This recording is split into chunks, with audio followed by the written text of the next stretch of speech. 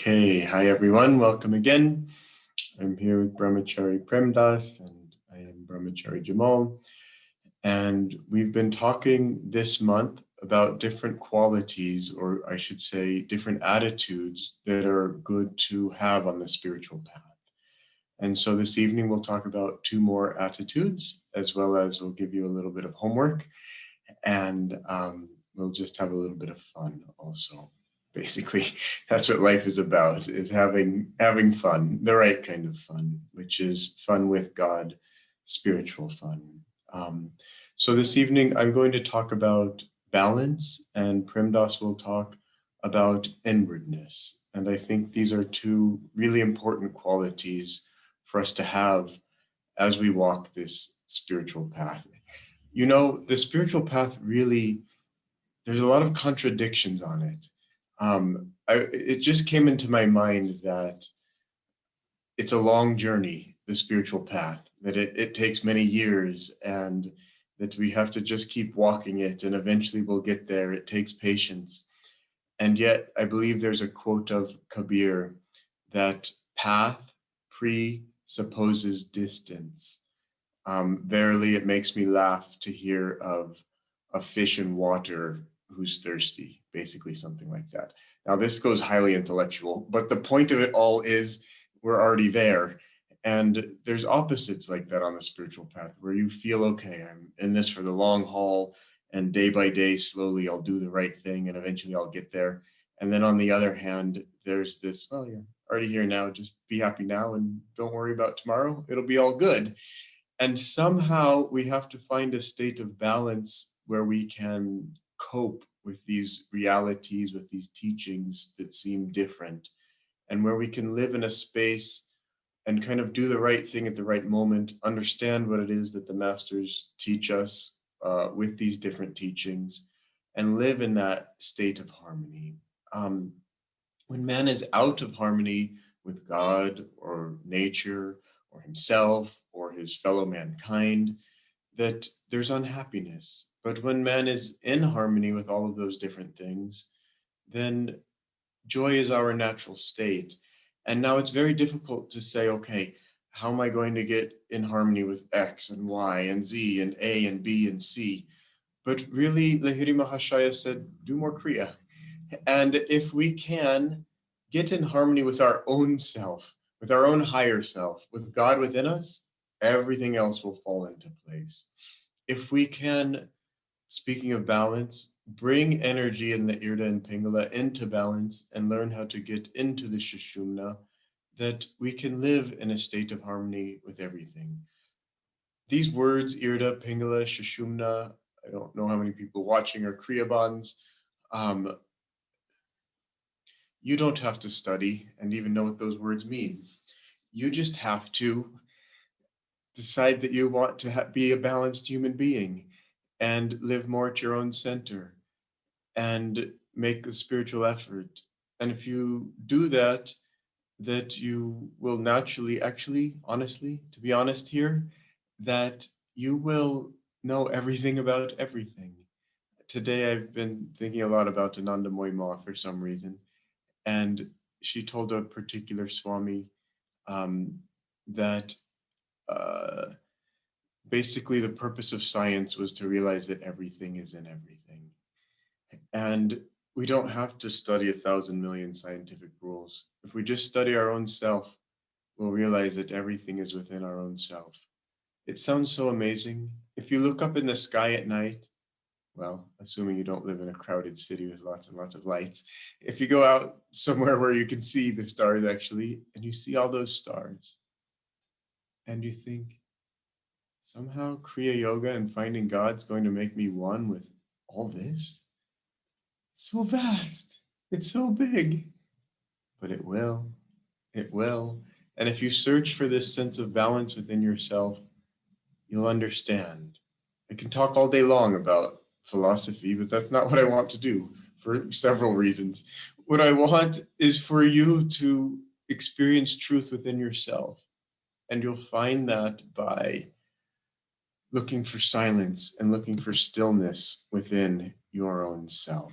Anyway, I was in seclusion once upon a time, and there was a time I just got fascinated by this thing of balance, and I just thought that there's so many different things that we have to balance in our life, and I'm just going to go through a little bit of these. Um, this list is really, really long, but um, work and play, or seva, we can say now, on the spiritual path, and play, those are things that we have to balance. And it's important. If we think that we're only going to serve, serve, serve, it won't work. Of course, we also know that we need to balance seva and meditation. That's also a very important thing to balance on the spiritual path. Another interesting thing that we should balance is knowing when to take control of a situation or when to simply let it take care of itself, or in that vein, just let it completely fall apart. It's not necessarily my job anyways, God, and you make things, you create things. You want this thing to fall apart? All right. It's not necessarily my responsibility. And this kind of balance is hard to know, but we will. I don't I have like 2 minutes to tell a story. I don't even know if I can, but I'll try. Basically, Nayaswami Asha asked Swami, what if I was in a concentration camp and I had to choose uh, between somebody else's life and mine? Okay. And Swami said, what you're really trying to ask here, because you're not going to go into a concentration camp tomorrow, what you're really trying to ask is, if there's a hard decision to be made, how can I know what is God's will? And Swami told her, I believe this is correct, that Swami told her, start in the small things, that ask for God's guidance and God's advice and to know his will in small things. And then when the time comes in difficult situations, that then you'll know, a certain feeling will come and you will know what to do in that situation. Another interesting thing here on balance is balancing first in the physical plane, receiving and giving. But as we grow out of this physical plane, learning to receive and give energy and learning to feel that as a balance with all of life. And we burn out if we just give energy. We also have to be receiving energy, and we have to be aware of where we are receiving energy from. And these are all things that we figure out as we grow. Another interesting aspect of balance is balancing the mind. I pointed at the wrong place. The mind and the heart, and learning to balance these two. Also learning to balance masculine and feminine energies within ourselves. You know, an interesting thing about the kurta pajama that I'm wearing, Swamiji said that for those who join the Nayaswami order, the men and women, basically they're going to wear the same thing, because at that point in your spiritual evolution, it shouldn't matter. You shouldn't feel that I'm male or that I'm female anymore. I have 1 minute and I'll tell you how to do this, as if that could be taught in 1 minute. But the first thing is to feel that you are both male and female, and learn to balance these aspects or these cosmic principles within yourself. And then the second step in that is to feel that you're neither, that you're just beyond both of those dualities, learning how to balance those dualities within yourself. That's my 10 minutes. I have to turn it back to Premdas now, and we'll kind of go back and forth here. I'll tell you a little bit more about balance in a moment. Over to you, Premdas. Okay. It's such a joy again to see all of you, many of you. Yeah. So, so I'll just take the from the same thread. Like for example, Jamalji was telling about balance and all these things. Now, how will you make that decision? So now, where the inwardness, the inner life comes is right here. So all of us, I think, we've already been meditating for some time, and we all have something called as inner life. Yeah, in the beginning, when people used to ask, tell like inner life, even I was wondering, what is inner life? Is there something, yeah, outer life, what you do outside, what you do inside? So when we start meditating and we start having joy, some peace, and we just know there is something more here than outside, then we start going more and more deep inside and start trying to go for the treasures inside us compared to going treasures outside. So in this journey, I would also like to share that something about seclusion. because a few days ago I was privileged and blessed to have like 3 days seclusion. So this is like second time I've done in this incarnation. So 3 days. I don't think 3 days is too much. So I said my mind, okay, you can do it 3 days. So first time I did it was at the Vatunde ashram where, yeah, Kriya Yoga ashram near Pune. So all three monks took three scooters there, and we just stayed in one house, and we had taken a whole car of belongings for those 3 days. But this time I took a car alone with all the belongings I need. So yeah, so whenever you make effort towards God, whenever you keep even like one step or 5 steps towards God, God comes to you. That's the best thing of seclusion, because you're making an effort. Master says seclusion is the price of greatness. In the beginning I was like, price of greatness, like it's the paper. For example, if you think of money, you want to buy something, and when you do seclusion, you gain so much by it, because you're inwardly in tune with divine, even whatever extent we can try to, because in the beginning we just don't know. So I would really highly recommend, in whatever way, maybe half a day, or every week, if you can stay in your home where you don't have to see anyone for half a day, let's say for 6 hours maybe.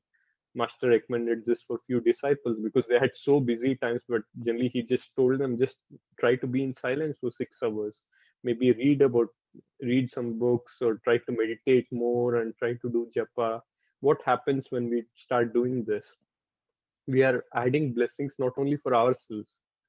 Each time, whenever a monk goes to seclusion or comes back, it's always a joy to be around, or somehow the atmosphere changes somehow in the monastery. Sometimes we are more inward, but sometimes we are more exuberant. It depends on many other factors. If you're not balanced by doing more number of kriyas, or I'll not get into it because I think it's more a personal experience. We all have to learn what we have to do during seclusions. But for me, also reading, for me, autobiography of yogi is a scripture in itself for all of us, because there's so much more written there.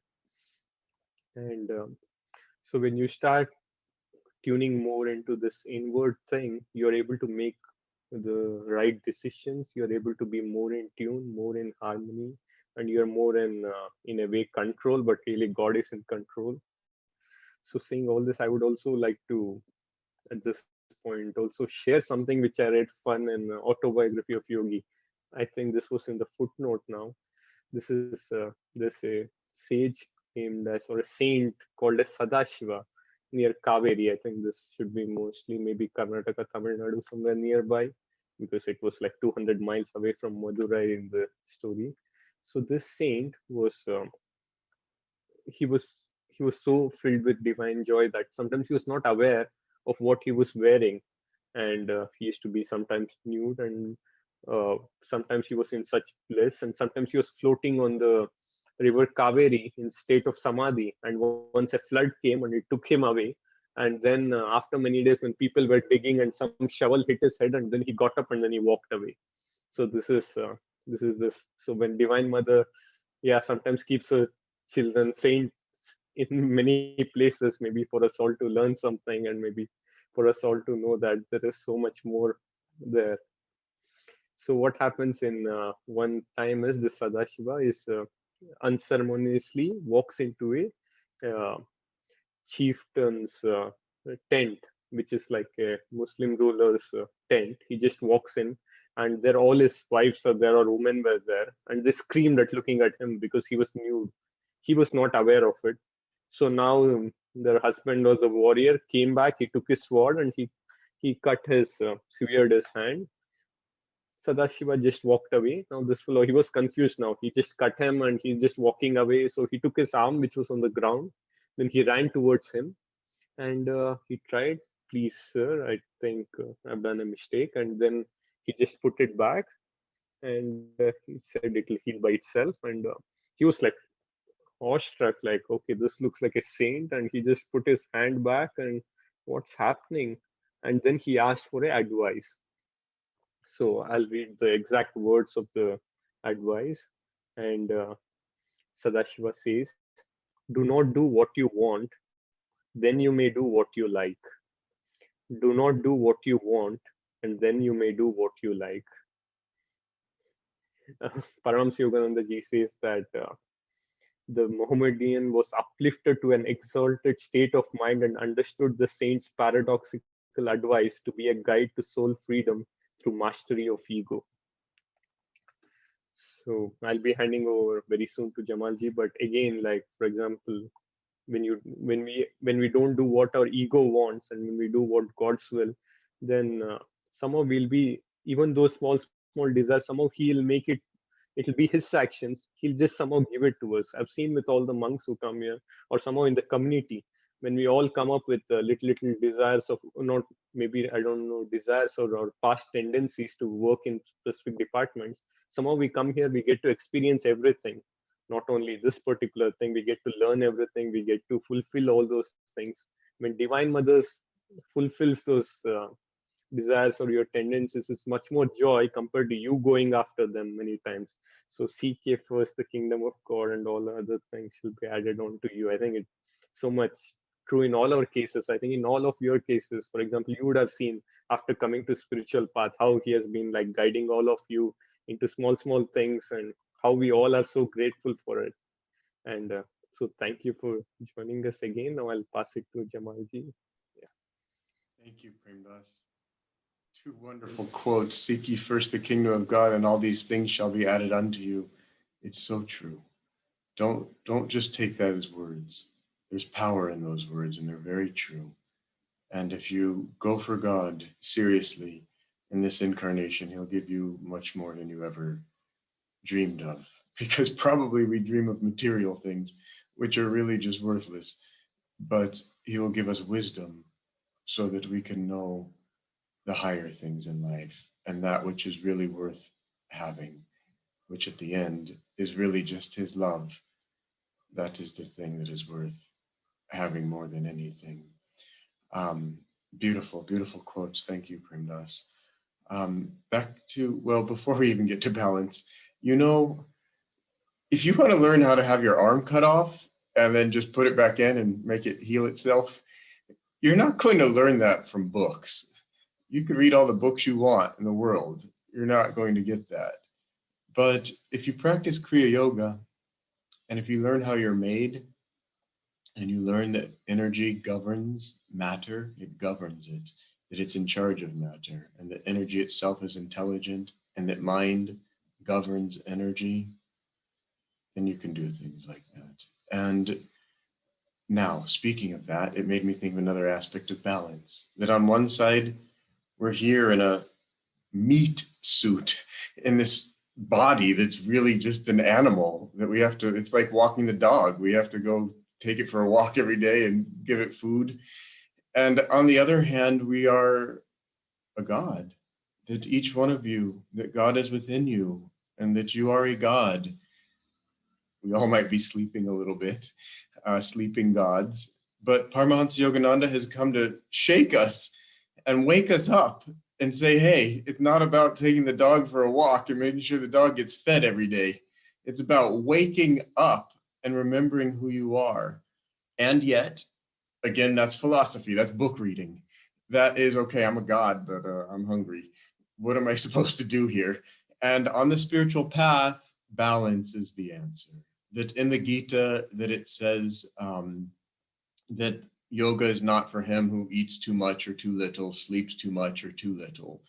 And Krishna, throughout the Gita, again and again, recommends moderation and balance, and being honest with who we are and where we are, and yet keeping our eyes on the goal, and we keep walking in that direction, doing, done, says Lahiri Mahashaya, and then eventually we will get there.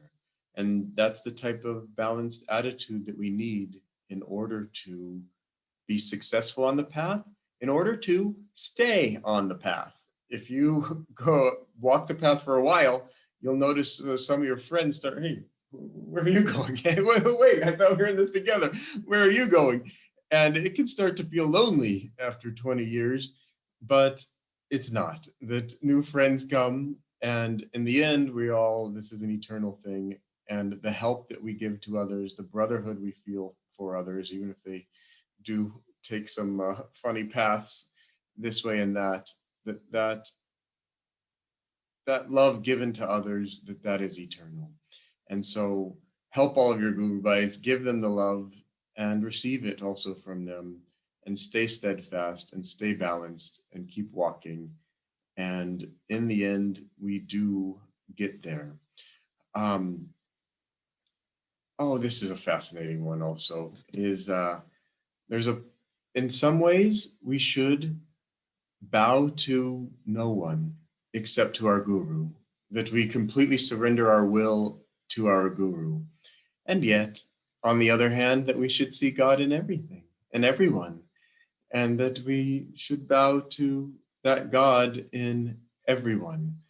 And now these are just intellectual things that I'm talking about, but as we walk the spiritual path and as we do a good job of it, we learn to um, live in a state of balance of that, where we learn to see our guru in everyone, and that we inwardly bow to that. But everyone's not going to be manifesting our guru perfectly. They may tell us some very stupid things or behave in very stupid ways. But the trick here is to, and this comes from being from our own state of inner balance, is to realize that that person is not that mistake that he's committing right now.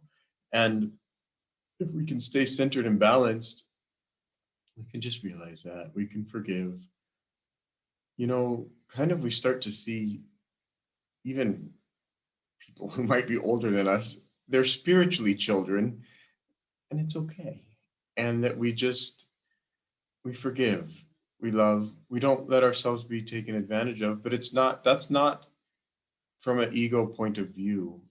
It's from a what works point of view, and it's from a point of view of what's good for that person. And it's not necessarily good to let another person take advantage of us, because it's not good for him, because he's learning the wrong lessons. But it's more about how do we do all of this? How do we do this dance of life, even, than these philosophical details? And, you know, we really learn by doing, by simply being here and waking up every morning and being determined to be cheerful and learning our lessons as we go. And even when we make mistakes, we just say, I learned a lot. I learned a lot today. Thank you, God, for helping teach me a lot of things. And we try our best to do better tomorrow. And we keep just walking with an inner smile, no matter what is going on out there. Oh, fine. I'll take one more of these little. This one's good. I'm taking this one. Oversensitive versus what's the opposite of over? Not undersensitive. So you're going to become way more sensitive as you grow on the spiritual path. Way more sensitive. I mean, I'm not going to go into details, but way more sensitive. So, but wait, it's kind of like a rough world out there, huh? Learn how to have a thick skin, and learn whenever things are all crazy outside, you can have some armor. That's all right. Have your armor, but on the inside, stay soft, and your heart's always upwardly upturned towards God and receptive towards God. But outwardly, you have that armor, and you take off the armor or put it on as needed, depending on what's going on. But again, if you lose your inner balance, you forget you have armor, and it'll all go haywire. So have your armor, learn when to use it, become more sensitive, but don't let that make this world around you a more painful place. Who wants that? This world around us, we need to learn to see, go to the heart of it, and see the beauty there anyways. Okay, my 5 minutes are up. I have to turn it back over to Primdas. So over to you, Primdas. Okay, thank you. And friends, today, yeah, one more thing I picked up from the seclusion was, before the seclusion, I got to be in one of the Janaji's class, Experience of God class, which is like where she played this song of Dark Eyes, which was composed by Swamiji. So many times during seclusion, you have this time and you just keep playing this song around, and I just memorized the words. But I thought somehow in this chant, you are like focusing on Divine Mother's eyes, and you just know that, or your master's eyes, and you just know those eyes are like watching over you, and you are looking out for them. And some of this song is so well, so I just thought of playing it all, play it for you. So I'll just play it for you, and I'll also paste it in the chat, the words. I hope you're able to see my screen.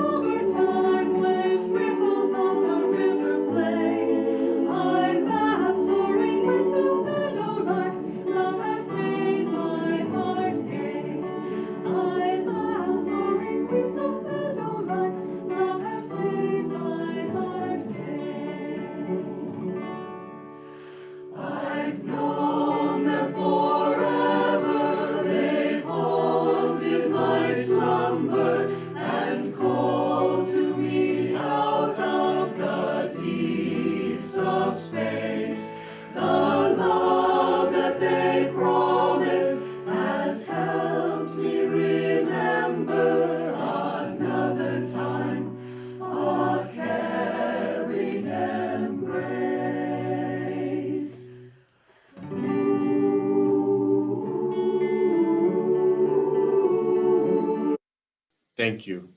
Bara Shamini, I miss you. I miss Pune. I miss singing in choir. That is an important part for my own soul to stay balanced. We have to do something about that. Let's see what we can do. Maybe I need to join an online choir or something like that. I don't know. But there's just a part of my soul that gets balanced by hearing music like that and then singing it and having it flow through me. Anyways, oh my God, it's already 8 o'clock. So I have to give you your homework. So first of all, I hope that you did the homework that I gave 2 weeks ago, which was to build your willpower by trying to do something you've never done before, or trying to do something that just a little bit bigger, something you already know how to do, but just a little bit more and better. And so this time, let's see, your homework for achieving balance is really just you figure out what aspect you want it to be, whether you want it to be meditation and seva, and look at your life and make sure they're balanced, and really analyze yourself and see, is my seva and is my meditation balanced? But you can choose the two aspects you want to balance, whether you want it to be activity and just play, just making sure, yes, we're all adults, but we need to play in healthy, wholesome ways, like singing and going out and riding bicycles and flying kites and doing whatever it is that you like to do. So you choose, but make sure that you're living a balanced, happy life, that you're getting enough sleep and not spending too much time on gadgets and this type of thing. So anyways, that's your homework. I'm looking forward to this next month that we're going to have. I'm going to let Premdas wrap things up however you want and tell people about that next month. No, you don't want to. Okay.